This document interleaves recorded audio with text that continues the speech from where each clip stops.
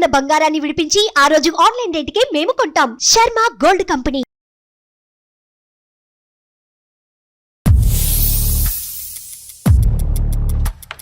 నాకు ఒక ఎకరున్నర పొలం ఉందండి, మా తండ్రి ద్వారా వచ్చింది. ఆ ఎకరున్నర పొలాన్ని నేను అమ్మేశాను. ఒక 75 లక్షల వరకు దగ్గర వస్తే అది ఇంట్లో పెట్టాను తీసుకొచ్చి. అందులో నుంచి ఏంటంటే ఈ 50 లక్షలు పట్టుకొని వెళ్ళిపోయాడు సార్. హలో నానా. నాన్న చెప్పండి. పనిలో ఉన్నా నాన్న, చెప్పు. ఏంటి కాదు, ఇప్పుడు నువ్వు అమౌంట్ తీసుకెళ్ళావు కదా నాన్న, ఇదే విషయం గురించి రోజు మనం మాట్లాడుతున్నావా? మళ్ళీ కొత్తగా ఏముంది ఇప్పుడు మాట్లాడడానికి? ఎన్నాళ్ళు కూర్చుంటే ఇంకేం చేస్తాం? లైఫ్ లో కొంచెం రిస్క్ చేయాలి కదా భరత్. ఇక్కడ రిస్క్ పెడతావా? అది పాయింట్. అసలు డబ్బులు ఈ దొంగ మార్గాన్ని తీసుకెళ్ళవలసినటువంటి పరిస్థితి ఎందుకు వచ్చింది? దొంగతనం చేయవలసిన ఎందుకు వచ్చింది? నేనైతే దొంగతనమే అంట. దొంగతనం కాదు సార్. మిమ్మల్ని అడిగితే మీరు ఏమని అంటారు? 1 కాదు 2 కాదు, చాలా సార్లు అడిగాను మిమ్మల్ని. నేను ఎలాగిస్తాను? నాకు అంతకు నుంచి ఇంకో ఆదాయం లేనప్పుడు నేను ఎలాగిస్తాను నీకు? 2 అంశాల గురించి మీ నాన్నగారు ఆ ఎకరన్నర భూమి అమ్మారు. ఒకటి మీ అక్క పెళ్లి చేయటానికి, రెండోది ఏంటంటే మీ ఇంటి తిండి గురించి. నాకు కొంచెం టైం వేస్తే నేను ఎంతో సంపాదించి ఆయనకి తిండి పెడతాను. అప్పుడు వరకు పస్తులు ఉండమంటావు.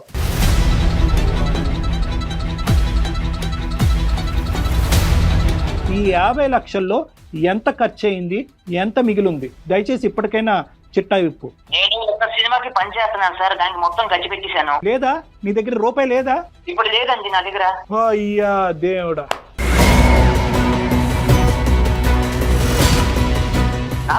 నాన్న లైన్ లో ఉన్నావు నాన్న? నువ్వు?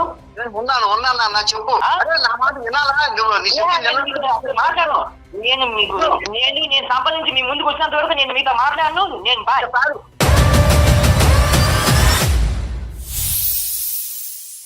సమర్పించు అందమైన జీవితం కార్యక్రమానికి స్వాగతం. నమస్తే కళ్యాణ్ చక్రవర్తి గారు. కళ్యాణ్ చక్రవర్తి గారు, సహజంగా అనుభవం చాలా విషయాలు చెప్తూ ఉంటుందండి. అనుభవంతోనే పెద్దవాళ్ళు మనకి ఇది చెయ్యండి, ఇది చెయ్యొద్దు, మంచి చెడు చెప్తుంటారు. అంతే కదమ్మా. కానీ వాళ్ళు ఎంత చెప్తున్నా ఏం చేస్తున్నా మనం ఎక్స్పీరియన్స్ అయ్యే వరకు వాళ్ళ అనుభవాన్ని తీసి పక్కన పెడతాం.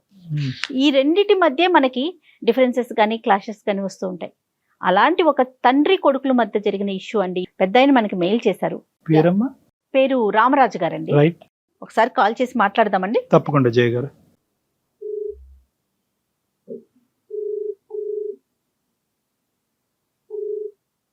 హలో, ఎవరండి? హలో, నమస్తే అండి. నేను జయానండి, అందమైన జీవితం ప్రోగ్రామ్ నుంచి కాల్ చేస్తూ ఉన్నాను. నమస్తే అమ్మా. నమస్తే, రామరాజు గారేనండి మాట్లాడేది? అవునమ్మా, నేనే రామరాజు. మీరే మెయిల్ చేశారు మాకు. అవునమ్మా. అదే నాతో పాటు డాక్టర్ కళ్యాణ్ చక్రవర్తి గారు ఉన్నారు. నమస్కారం డాక్టర్ గారు. నమస్తే రామరాజు గారు. అయ్యా నమస్కారం సార్. నమస్తే. పెద్దవారిలా ఉన్నారు. ఎంత సార్ వయసు? అయ్యో, నా వయసు 60 దాటిపోయింది సార్. 60 దాటిని.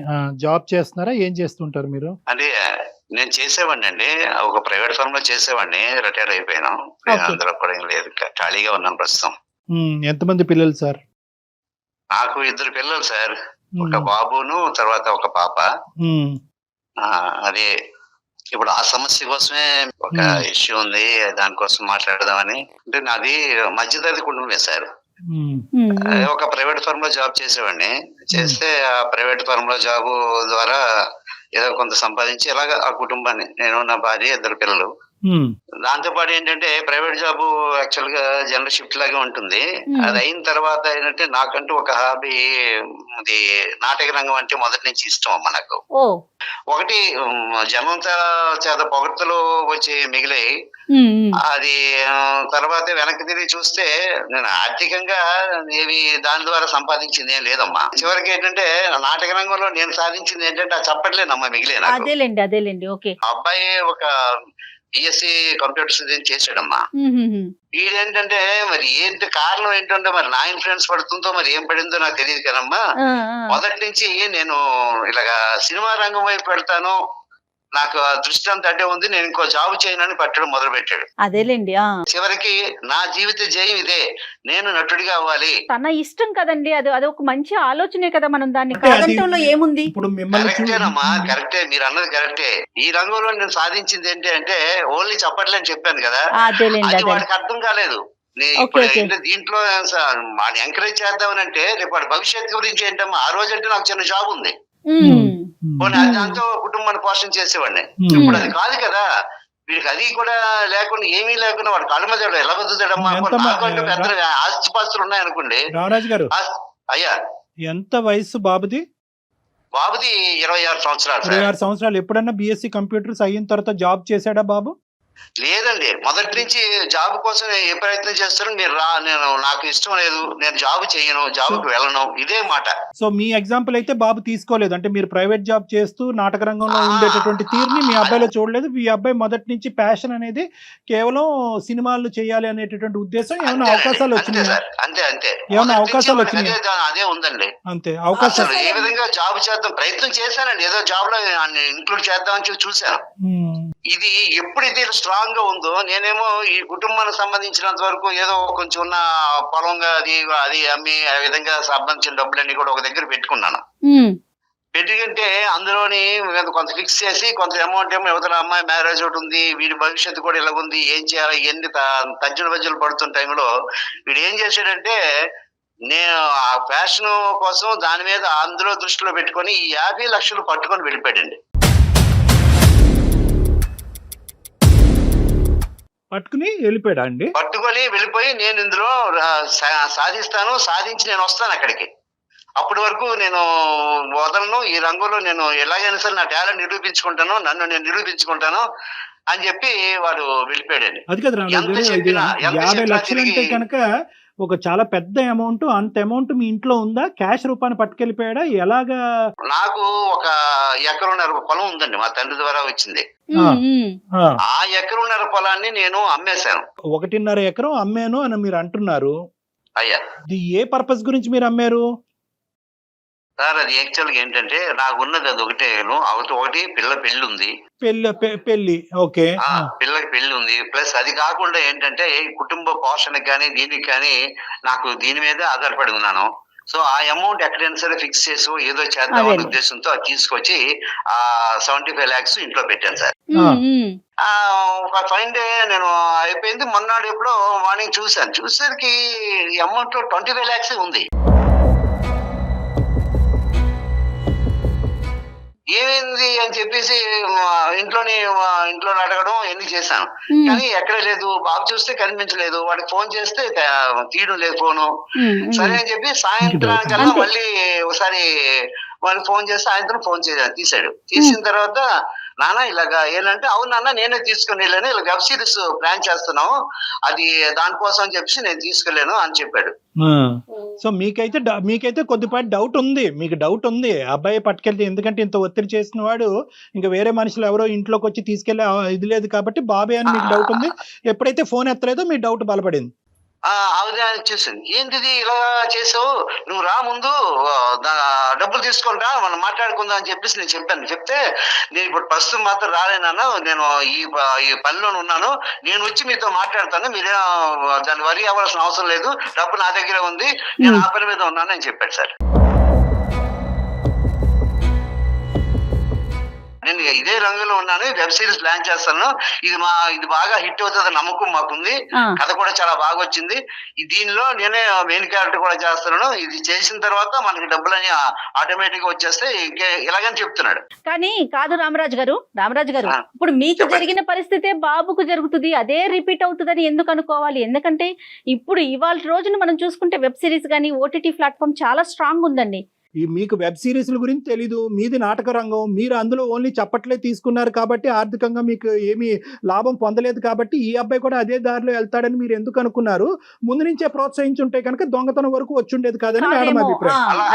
అది కాదమ్మా, అది కాదు. ఎందుకంటే ఇక్కడ ఒక విషయం అమ్మా, మనకున్న ఆర్థిక వనరులు ఒక ఫిక్స్డ్ అంతే, అంతకు మించి ఆర్థిక వనరులు లేవు. ఈ 50 లక్షలు అయిపోతే వాడి బతుకుపోతుంది, యువతల ఇంట్లో కూడా ఇబ్బంది పడిపోతాడు, వాడు ముఖ్యంగా వాడు కూడా పాడైపోతాడు కదా. సరే, కాన్సెప్ట్ అర్థమైంది. ఇప్పుడు ప్రెసెంట్ ఎక్కడికి వెళ్ళాడు, 50 లక్షల పరిస్థితి ఏంటి, ఏ ఊర్లో ఉన్నాడు, ఇతనితో పాటు జత కలిసినటువంటి బ్యాచ్ ఏంటి, అది కరెక్ట్ బ్యాచా, అది కూడా ఇంకో విధమైనటువంటి బ్యాచా? అది ఎక్కడో లేడు సార్, వాడు హైదరాబాద్ లో ఉన్నాడు. ఓకే, హైదరాబాద్ ఉన్నాడు. ఎప్పుడు వెళ్ళినా సరే ఫోన్ చేస్తే తర్వాత మాట్లాడతాను, నేను బిజీగా ఉన్నాను కదా, డిస్కషన్ లో ఉన్నాను, ఇలాగే చెప్తున్నాడు తప్ప రావడం లేదు సార్. నేను ఆ రిస్క్ తీసుకోలేకపోతున్నాను, ఒక రకమైన భయంతో ఉన్నాను. ఎందుకంటే ఏమో ఎంతో మంది ఎన్నో రకాల ఉదయం లేచిన దగ్గర నుంచి చూస్తున్నాం. అదేలే. ఎన్ని రోజులు అవుతుందండి రామరాజు గారు, ఎన్ని రోజులు అవుతుంది? నెల అయిపోయిందమ్మా. ఎక్కడున్నాడో లొకేషన్ కూడా తెలీదా? ఒకసారి ఇంటికి వెళ్ళకపోయారా? అది ఒక ఆఫీస్, ఏదో ఆఫీస్ అని చెప్తాడు, అక్కడికేదో వెళ్తే అక్కడికి ఎప్పుడు కూడా ఎవరు దొరకరు సార్. మనం వెళ్ళాను, నేను ఆల్రెడీ ఆ ప్రయత్నం కూడా చేశాను, అక్కడికి ఎప్పుడు దొరకరు. ఎక్కడెక్కడ తిరుగుతున్నారో ఏంటో తెలియదు. దీంతో నాకు రోజు రోజుకి భయం పెరిగిపోతుంది.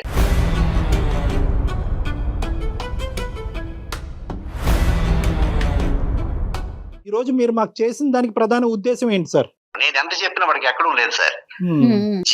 జీవితం కోసం వాడికి చెప్పి అవగాహన, నేనేమో వాడికి వ్యతిరేకం కాదు, ఏం కాదు, పరిస్థితులు ఇలా ఉన్నాయి అని ఈ రిస్క్ ఉంది కాబట్టి వాడిని ఎలాగైనా ఇంటికి నాకు రప్పించి దాన్ని తీసుకొస్తే అప్పుడు కూర్చొని డిస్కస్ చేయడానికి అవుతుంది సార్. అది మాట్లాడడానికి ఎంత ఖర్చు అయిందో, ఎంత మిగిలిందో, ఏముందో అదన్నీ తెలియదు. వాడి నేను ఆ భయంతో, నాకు ఈ ఏజ్ మీద ఒక భయం కూడా వస్తుంది. వాడిని వెనక్కి రప్పించాలి సార్. అది మీలాంటి వాళ్ళ ద్వారా అవుతుందని నాకు నమ్మకం. మీ కుటుంబంలో ఉండే ఇంకా పెద్దవాళ్ళు, వాళ్ళ భయం ఎవరిది లేదా? ఎవరి చేతన్నా మాట్లాడిపించి సముదాయించడానికి అవకాశం లేదా? అన్ని డోర్స్ క్లోజ్డా?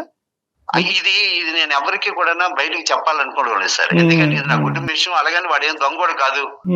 అది వ్యాలిడ్ పాయింట్. కుటుంబ పరువు రోడ్డు మీద వేసేటటువంటి ఉద్దేశం ఈ వయసులో మీకు లేదనే పాయింట్ నాకు అర్థమైనా కూడా ఇది రెండు వైపులు సానుండేటటువంటి కత్తి లాంటిది. ఈ రోజు మన అందమైన జీవితం వేదిక ద్వారా డాక్టర్ కళ్యాణ్ చక్రవర్తి చేత వాళ్ళతో మాట్లాడిపించాలి అంటే కనుక ఇది ఇంకో విధంగా బెడిసికొట్టచ్చు.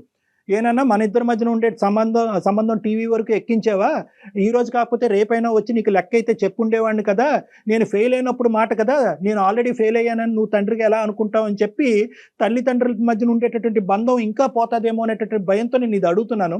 పర్వాలేదు, ఆ విధంగా దారి తీయదు అనుకుంటే కనుక మేము కమ్యూనికేట్ చేస్తాం. ఇక్కడ ఒక మాట సార్, ఎందుకంటే నేను చూశాను చాలా మంది జీవితాలని మీరు చక్కబెడుతున్నారు. బాబు పేరేంటి? మీ అబ్బాయి పేరు? భరత్ అండి. సరే, కలపండి, ఫోన్ ట్రై చేద్దాం. ఫస్ట్ చెప్పండి అసలు ఇప్పుడు అతను ఏ పరిస్థితుల్లో ఉన్నాడో, మీరన్నట్లుగా ఎంత డబ్బులు ఉంచాడో, ఏం జరిగిందో, అసలు వాస్తవానికి ఆ డబ్బులు దీనికే వాడుతున్నాడా, ఇంకా దేనికన్నా వాడుతున్నప్పుడు జెన్యూన్ గా చేసేటప్పుడు కాదు మేడం. ఈ అబ్బాయి కరెక్టే.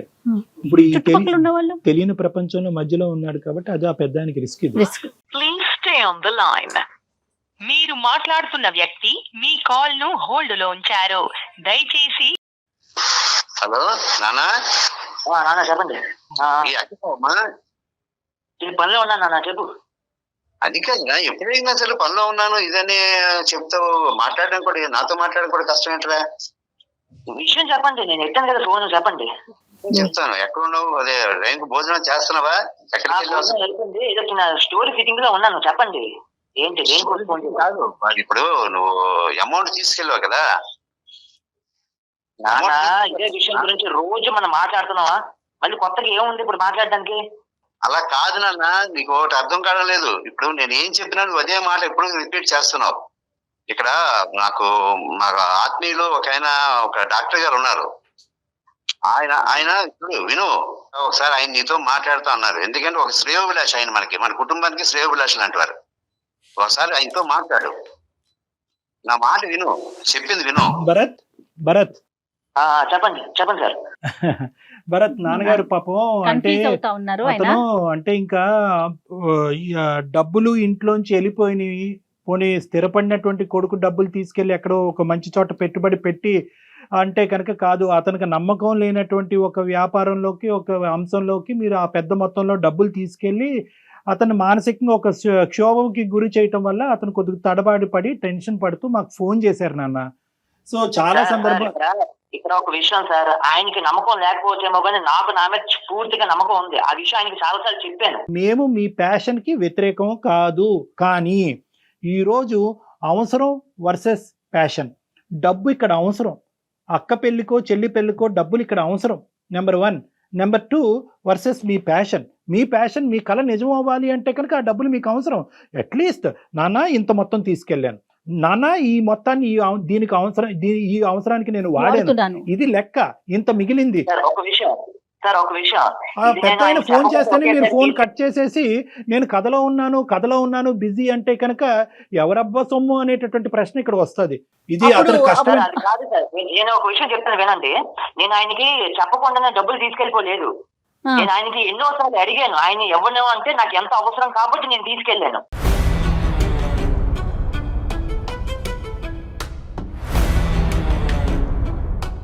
యాభై లక్షలు ఎప్పుడైనా చూసారా మీ ఇంట్లో? ఇంతకు ముందు ఏదో మా ఇంట్లో 50 లక్షలు అనేటటువంటిది నథింగ్ సార్. డబ్బులు వస్తూ ఉంటాయి పోతూ ఉంటాయి, మా నాన్నకి చాలా సోర్సెస్ ఉన్నాయి మనీ, కాబట్టి ఈ రోజు నేను 50 లక్షలు తీసుకెళ్ళిపోతే కనుక ఆ 50 కోట్లలో ఈ 50 లక్షలు నథింగ్ అన్నట్టు నువ్వు ఈ రోజు మాట్లాడుతున్నావు.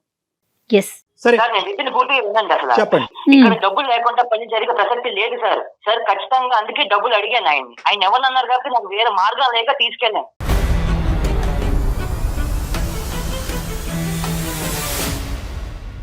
నేను డబ్బు తీసుకెళ్ళిపోయింది ఇక్కడ ఇండస్ట్రీ అనేది ఎంతో మందికి, కొన్ని లక్షల మందికి ఫుడ్ పెట్టింది సార్. నాకు నా మీద ఆ 1,00,000 మందిలో నేను ఎందుకు ఉంటానన్న ఉద్దేశంతో నేను కూడా వెళ్ళాను. ఆయన కొంచెం నమ్మకం పెట్టి కొంచెం టైం పడుతుంది కానీ నేను సాధించుకొచ్చి తీసుకెళ్ళిన దానికంటే రెట్టింపు సంపాదించి ఆయన ముందుకు వస్తాను. ఆ విషయం ఆయనకి చాలాసార్లు చెప్పాను కూడా.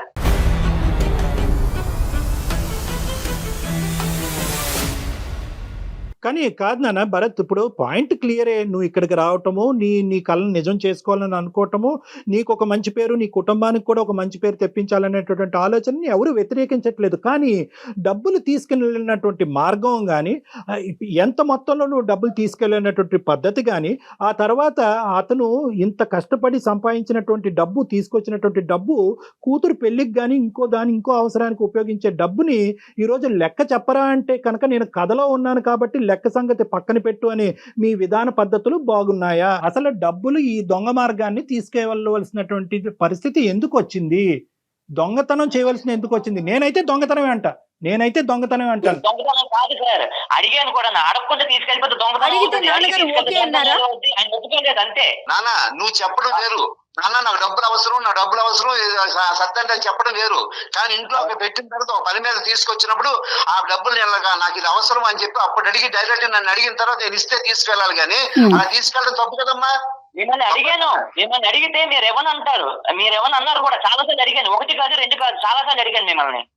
అవును, నేను ఎలాగిస్తాను? నాకు అంత నుంచి ఇంకో ఆదాయం లేనప్పుడు నేను ఎలాగిస్తాను నీకు? ఆ డబ్బు ఎన్నాళ్ళు కూర్చుంటే ఇంకేం చేస్తాం? లైఫ్ లో కొంచెం రిస్క్ చేయాలి కదా భరత్. ఇక్కడ రిస్క్ పెడతావా? అది పాయింట్. ఇక్కడ ఏమి పెద్ద బఫర్ సిస్టమ్ లేదు భరత్. ఒకటి గుర్తు పెట్టుకో, 2 అంశాల గురించి మీ నాన్నగారు ఎకరంన్నర భూమి అమ్మారు. ఒకటి మీ అక్క పెళ్లి చేయటానికి, రెండోది ఏంటంటే మీ ఇంటి తిండి గురించి. ఇది దయచేసి గుర్తుపెట్టుకో. ఒక 25 లక్షలు వదిలేసావు, చాలా సంతోషం. ఆ 25 లక్షలతో బహుశా మీ సిస్టర్ యొక్క మ్యారేజ్ చేస్తాడేమో, కానీ రేపొద్దున తిండి పెట్టే నాదుడు ఎవరు? మీ నాన్నకి. నాకు కొంచెం టైం వేస్తే నేను ఎంతో సంపాదించి ఆయనకి తిండి పెడతాను. కొంచెం పస్తులు ఉండమంటావు? అది పద్ధతి కాదు కదా. ఈ విషయం గురించి అయితే అసలు నేను ఫోన్ ఎత్తేవాడిని కాదు నాన్న. నేను ఏదో పనిలో ఉన్నాను, మీరు ఏదో ఫోన్ చేశారు కదా అని ఎత్తాను. అసలు ఏదో ఆర్థికంగా ఏదో గొప్ప స్థితిగతులతో ఉండేటటువంటి కుటుంబం గురించి మనం మాట్లాడట్లేదు. బిలో మిడిల్ క్లాస్ ఫ్యామిలీ గురించి మాట్లాడుతున్నారు. ఎంత కష్టపడి ఈరోజు మీ నాన్న ఈ స్థాయి వరకు నిన్ను తీసుకొచ్చాడు అనేటటువంటిది నీకు మాకంటే బాగా తెలుసు. మీ స్థితిగతులు ఏంటి, మీ ఆర్థిక పరిస్థితులు ఏంటి, ఎంత కష్టపడితే కనుక మిమ్మల్ని మీ నాన్న చదివించాడు. ఈరోజు మీ నాన్నకి డబ్బులు లేకపోతే కనుక వాళ్ళకు పోషణే ఉండదు అనేటటువంటి అంశం మాకంటే నీకు బాగా తెలుసు. దయచేసి అర్థం చేసుకో. ఇక్కడ ఫోన్ పెట్టేయటం కాదు, నీ పనులు ఈరోజు కాకపోతే రేపన్నా చేసుకోవచ్చు. ఇప్పుడు మాకు కావాల్సినటువంటి ఇష్యూ ఏంటంటే ఈ 50 లక్షల్లో ఎంత ఖర్చు అయింది, ఎంత మిగిలింది? దయచేసి ఇప్పటికైనా చిట్టా విప్పు. నేను ఒక సినిమాకి పని చేస్తున్నాను సార్, దానికి మొత్తం ఖర్చు పెట్టేశాను. అయ్యా దేవుడా.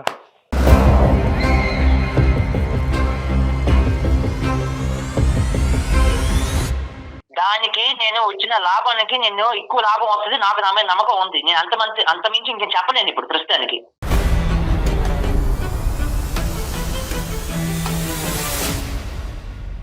అలా మాట్లాడితేవేంటి నాన్న? అలా మాట్లాడితేవేంటి? ఇప్పుడు 50 లక్షల రూపాయలు ఏమీ కాకుండా నేను ఎంత ఖర్చు పెట్టేశాను అంటే బాధ్యత అక్కర్లేదా నీకు? నువ్వు కాదు, అంతే అవసరం నాకు ఇప్పుడు. అంతే అవసరమైతే ఉన్న డబ్బులన్నీ నువ్వు ఖర్చు పెట్టేసుకుంటే వస్తుందో రాదో, నీ నిజమే నీ మీద నీకు నమ్మకం ఉండొచ్చు. కానీ ఆ ఫీల్డ్ మీద నాకంత నమ్మకం లేదు. నా భయం ఏంటంటే ఎంతమంది రావట్లేదు ఫీల్డ్ కి. భరత్ 50 లక్షలు ఖర్చు అయిందని నేను ఇంకా నమ్మట్లేదు, నాకు నమ్మకంగా లేదు. ఒక నెల రోజుల్లో నువ్వు 50 లక్షలు ఖర్చు పెట్టేసావా? ఎక్కడ ఖర్చు పెట్టేసావు? ఏమైంది? ఆ డబ్బులు ఎవరికి ఇచ్చావు? నేను ఒక ఫిలిం సంబంధించిన విషయంలోనే నేను కొంచెం ఖర్చు పెట్టుకుంటూ ఈ పూర్తిగా ఖర్చు అయ్యింది సార్. లేదా నీ దగ్గర రూపాయి లేదా? ఇప్పుడు లేదండి నా దగ్గర.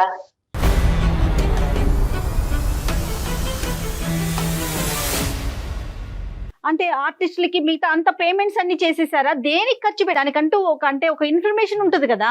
ఏముందమ్మా ఒక క్వాలిటీ సినిమా కోసం ప్రొడ్యూసర్ దగ్గర కథ చెప్తే ఆయనకి అడ్వాన్స్ గా ఇచ్చేసానండి. అది అడ్వాన్స్ కి ఇచ్చేసావు ప్రొడ్యూసర్ కి ఆ, మొత్తం? ఆ.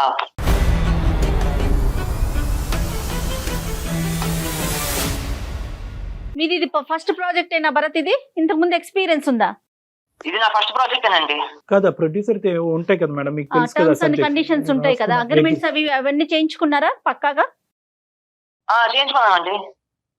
సరే ఒకసారి కాకపోతే ఆయన కొంచెం టైం పట్టమంటుంది, కొంచెం టైం పడుతుంది, ఆగమని చెప్తున్నాను. రోజు ఇదే విషయం ఫోన్ లో మాట్లాడుతున్నాను.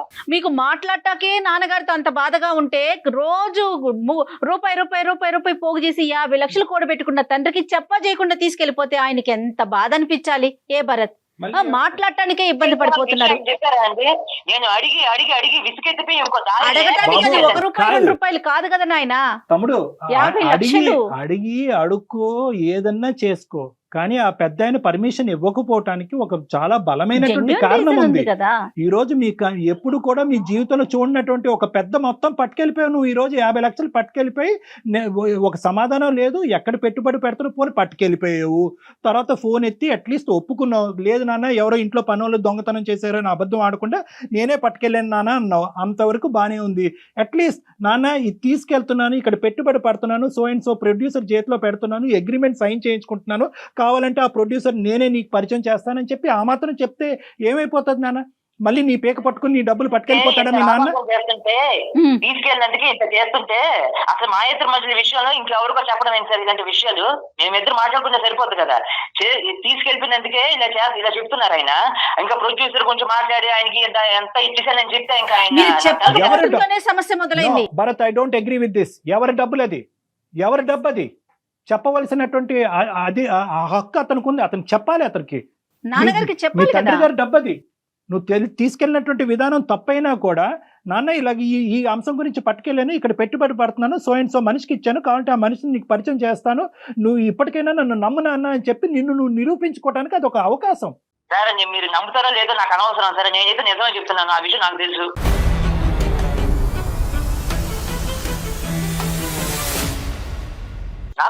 నానా లైన్ లో ఉన్నావు నాన్న? నువ్వు?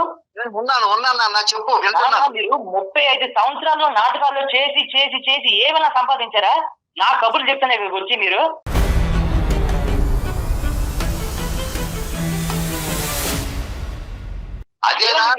చేస్తుందా? నేను ఏదో పనిలో ఉన్నాను, మా ఫోన్ చేశారని మాట్లాడతాను, ఓకే. సంపాదించారా? నేను సంపాదించి నీ ముందు తీసుకొస్తానని చెప్తే మాత్రం నమ్మకం లేదు మీకు. మాట్లాడను నేను సంపాదించి మీ ముందుకు వచ్చినంత వరకు నేను మీతో మాట్లాడను. నేను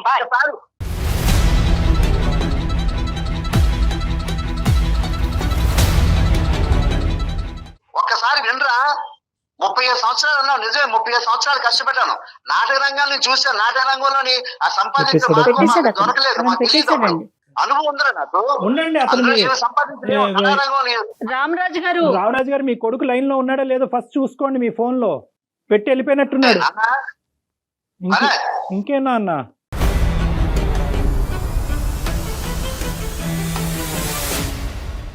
వెళ్ళిపోయాడు మహానుభావుడు. ఇంత జరిగినా మీరు నాన్న కన్నా అని మాట్లాడుతున్నారు. బహుశా ఇదేనేమో తండ్రి ప్రేమ. కానీ చాలా అగమ్యగోచరంగా నా పరిస్థితి చాలా అగమ్యగోచరంగా ఉందమ్మా. ఇదే కదా తల్లిదండ్రుల ప్రేమ. అది కాదు. ఇప్పుడు రామరాజు గారు దీన్ని ఏమన్నా ఒక లాజికల్ కన్క్లూజన్స్ కి తీసుకొచ్చేటటువంటి ఒక ప్రయత్నం మనం చేద్దాము. ఇప్పుడు ఆ అబ్బాయి అమాయకత్వంతోనా, అహంకారంతోనా, ఓవర్ కాన్ఫిడెన్స్ తోనా ఎందుకు అలా పట్టుకెళ్ళిపోయాడు, ఎక్కడ పెట్టుకోడు అంటే ఇంకా ఆ ప్యాషన్, ఆ పిచ్చి అలాంటిది. ఇక్కడ 2 అంశాలు మనం జాగ్రత్తగా గుర్తుపెట్టుకోవాలి. ఆ అబ్బాయి యొక్క వేషం మనకి ఈ రోజు చాలా కోపం తీసుకొచ్చినా కూడా, ఏదైతే సందర్భం తీసుకొచ్చినా కూడా, తల్లిదండ్రులు చాలా మంది ఈ ప్రోగ్రామ్ చూసేటటువంటి తల్లిదండ్రులు ప్రధానంగా అర్థం చేసుకోవాల్సింది ఏంటంటే పిల్లల్లో కూడా ప్యాషన్ అనేటటువంటిది ఒకటి ఉంటుంది. కేవలం చదువుకుని వాళ్ళు ఉద్యోగరీత్యా సెటిల్ అవ్వాలి అనేటటువంటి ఆలోచన కాకుండాని వాళ్ళకి నచ్చినటువంటి ఏరియాలోని ప్రోత్సహిస్తూ ప్లస్ దాంతోపాటు చదువు ఉద్యోగం అనేటటువంటి అంశాలు రెండును కూడా సమపాలంగా వాళ్ళని ప్రోత్సహించేటటువంటి పరంగా తల్లిదండ్రులు వెళ్తే కనుక ఇటువంటి వ్యతిరేక ధోరణి, ఇటువంటి దొంగ బుద్ధి, ఇటువంటి భయంకరమైన పరిస్థితి రాకుండా ఉంటుంది. అంటే మీ అబ్బాయి చేసినటువంటి పనిని నేను ప్రోత్సహించట్లేదు, దీనికి వెనకాతలు ఉండేటటువంటి మూలం ఏంటి అనేటటువంటిది ప్రధానంగా ఈరోజు మీకు చెప్తున్నాను. మూలం గురించి మాట్లాడితే నాకు 50 లక్షలు తిరిగి వస్తాయా లేదా అనేటటువంటిది కాదు ఇక్కడ అంశం. అట్లీస్ట్ ఇది చూసేటటువంటి వాళ్ళు ఎవరైతే ఉన్నారో దీని వెనకాతలు ఇలా కూడా ఉంది. ఎందుకంటే మొదటి నుంచి ఇక్కడ 2 కాన్ఫ్లిక్టింగ్ సిచ్యువేషన్స్ జాగ్రత్తగా అర్థం చేసుకోండి. ఒకటి, మీ ప్యాషన్ అనుకుంటూ మీరు 35 సంవత్సరాలు ఒక నాటక రంగంలోకి వెళ్ళి అక్కడ రూపాయి పావలా కూడా మిగలకుండా కేవలం చప్పట్లు మాత్రమే మిగిలేయి అనేటటువంటిది మీరు చెప్పారు. అదే మీ అబ్బాయి కూడా చూస్తూనే ఉన్నాడు. అయితే ఏంటంటే ఆ అబ్బాయి ఆ చప్పట్లకు ప్రోత్సహించబడి ఈరోజు నాటక రంగం అనేటటువంటిది లేదు కాబట్టి ఈ ఓటీటీయో, వెబ్ సిరీసో, యూట్యూబో ఇటువంటి రంగంలో వెళ్ళి మనం కూడా నిరూపించుకునే అదే చప్పట్లకు కూడా నేను కూడా వినాలి అనేటటువంటి విధంగా మీ దగ్గర నుంచి వచ్చినటువంటి ఆ ఉత్సాహం కాస్త ఆ అబ్బాయి తీసుకుని వెళ్ళాడు. ఇది నెంబర్ 1. కానీ ఇక్కడ ఏమైంది అంటే కనుక మీరు చేసినటువంటి ఒక కాన్సెప్ట్ ఏదైతే ఉందో సంపాదిస్తూ ఇలా ప్యాషన్ అనే దాంట్లోకి వెళ్ళటం అనే సబ్జెక్ట్లో మీ అబ్బాయి ఆ మొదటి అంశం వదిలేశాడు. ఏది సంపాదిస్తూ ఇందులోకి వెళ్ళాలి అనేది వదిలేశాడు. ఎందుకు వదిలేశాడు అంటే కనుక మొదటి నుంచి మీ తండ్రి గారు మీ నాటక రంగ ప్రవేశం అనే దాన్ని ఎంత ప్రోత్సహించారో నాకైతే తెలియదు. కానీ ఇక్కడ మీ అబ్బాయి యొక్క ప్యాషన్ని మీరు మొదటి నుంచి వ్యతిరేకిస్తూనే ఉన్నారు. ఇది కరెక్ట్ కాదు, ఇది అవ్వదు, నువ్వు సక్సెస్ అవ్వలేవు అనేటటువంటి వ్యతిరేక ధోరణి మీరు చూపెట్టేటప్పటికీ నేను పట్టిన కుందేలకు 3 కాళ్ళు అన్నట్టుగా ఈ అబ్బాయి ఈ కోణంలోంచి వెళ్ళిపోయాడు. అది వదిలేశాడు. ఏది, అతను బీకామ్ కంప్యూటర్స్ చేశాడు, దాంట్లో ఒక ఉద్యోగం చేసుకుందాం, బేసిక్ సంపాదన సంపాదిద్దాం, మిగిలిన టైంలో స్టోరీలు, వెబ్ సిరీస్లు రాసుకుని ఆ లైన్లోకి వెళ్దాం అనే సబ్జెక్ట్ వదిలేశాడు. 50 లక్షలు తీసుకెళ్ళి ఎవరో ప్రొడ్యూసర్ చేతుల్లో పెట్టేసి అక్కడ ఒక అగ్రిమెంట్ తీసుకున్నాడు అనేటటువంటి మాట వెనకాతల పూర్తి స్థాయిగా ఒక నిజమైనటువంటి నిజం ఉందా లేదా అనేది నాకు ఇప్పటికీ డౌటే. ఎందుకంటే కనుక ప్రతి రూపాయికి ఇప్పుడు లెక్క చెప్పడం అతనికి వీలు పడదు. కాబట్టి ఏంటంటే ఒకే దెబ్బతో 50 లక్షలు ఇచ్చేసాను, క్లోజ్ అని చెప్పేసి ఫోన్ పెట్టేసి వెళ్ళిపోయాడు. సో ఇప్పటికీ కూడా నాకున్న చిరు ఆశ ఏంటంటే కనుక మీ డబ్బులు మీ అబ్బాయి దగ్గరే ఉన్నాయనేటటువంటి, ఉండకపోయినా ఎంతో కొంత మొత్తంలో అయితే ఉండొచ్చు. అంటే మీలో ఏదో లేనటువంటి ఆశని నేను క్రియేట్ చేయట్లేదు. అట్లీస్ట్ మన ఆ యాంగిల్లో కూడా ట్రై చేద్దాం. సార్ నేను వెళ్తాను, వెళ్ళి మా వాడితో మాట్లాడతాను. ఎందుకంటే నాకు హోప్ ఉంది. మీరు అన్నట్టుగా మీరు చెప్పిన ప్రకారం అంతా డబ్బు ఖర్చు పెట్టి ఉండకపోవచ్చేమో. ఒకసారి వెళ్తాను సార్, నేనే స్వయంగా వెళ్ళి వాడితో మాట్లాడి, వాడిని పర్సనల్ గా మాట్లాడి బాధ అన్ని చెప్పి వాళ్ళందరినీ అవగాహన చేయడానికి ప్రయత్నం చేస్తాను. ఇన్ కేసు నేను అక్కడ గానీ విజయం సాధించలేకపోతే మాత్రం మళ్ళీ మిమ్మల్ని ఆశ్రయిస్తాను. దయచేసి మమ్మల్ని ఆశ్రయించండి గురుగారు, మా తలుపులు ఎప్పుడు తెరిచే ఉంటాయి, అందులో ఇబ్బంది ఏమీ లేదు. కానీ ఇంకొకటి కూడా గుర్తు పెట్టుకోండి, వర్స్ట్ కమ్ సినారియో గురించి కూడా మాట్లాడుకోవాలి. ఒకప్పుడు 50 లక్షలు కాస్త ఏదో ప్రొడ్యూసర్కి ఇచ్చానంటే కనుక మీరు దయచేసి వెళ్ళి ఆ ప్రొడ్యూసర్ని కూడా కలిసి మీ దయనీయమైనటువంటి పరిస్థితి, ఇదేదో చెట్లు కాసినటువంటి డబ్బులు కాదండి, ఇది మా కడుపు కోత, 50 లక్షలు తీసుకొచ్చి మీ చేతుల్లో పెట్టాము, దయుంచి ఇది నిజంగా అవసరానికి ఉపయోగపడితే పర్వాలేదు, లేదంటే ఆ అవసరానికి ఉపయోగపడదంటే కనుక దయచేసి తిరిగి ఇవ్వండి, లేదంటే అందులో కొంత మొత్తం మాకు వెనక్కి ఇవ్వండి అని చెప్పి మీరు వాళ్ళకి విజ్ఞప్తి చేసుకుంటే కనుక మీ బాధని బహుశా ఆ యాంగిల్ కూడా ఉపయోగపడుతుందేమో. ఒకసారి ట్రై చేయండి. ఈ కష్టాజితులు సార్ తప్పనిసరిగా ఉపయోగపడద్దని అనుకుంటున్నాను. నేను ఆయనతో కూడా మాట్లాడతాను సార్. అలాగేనమ్మా, థ్యాంక్ యూ. జాగ్రత్త. ఓకే సార్, నమస్తే రామరాజు గారు. నమస్తే. రైట్ కళ్యాణ్ గారు, అంటే మాక్సిమం ఎంత చెప్పాలో అంతవరకు చెప్పారు మీరు కూడాను. చూద్దాం, ఆయన మాట్లాడి మళ్ళీ మన దగ్గరికి కనుక వస్తే కనుక డెఫినెట్ గా మన తరపు నుంచి సుమన్ టీవీ నుంచి కూడా వాళ్ళు ఎవరో ఏంటో మనం ట్రై చేద్దాం. రైట్ అండి. నమస్తే. సమర్పిస్తున్న వారు అవిస్ హాస్పిటల్.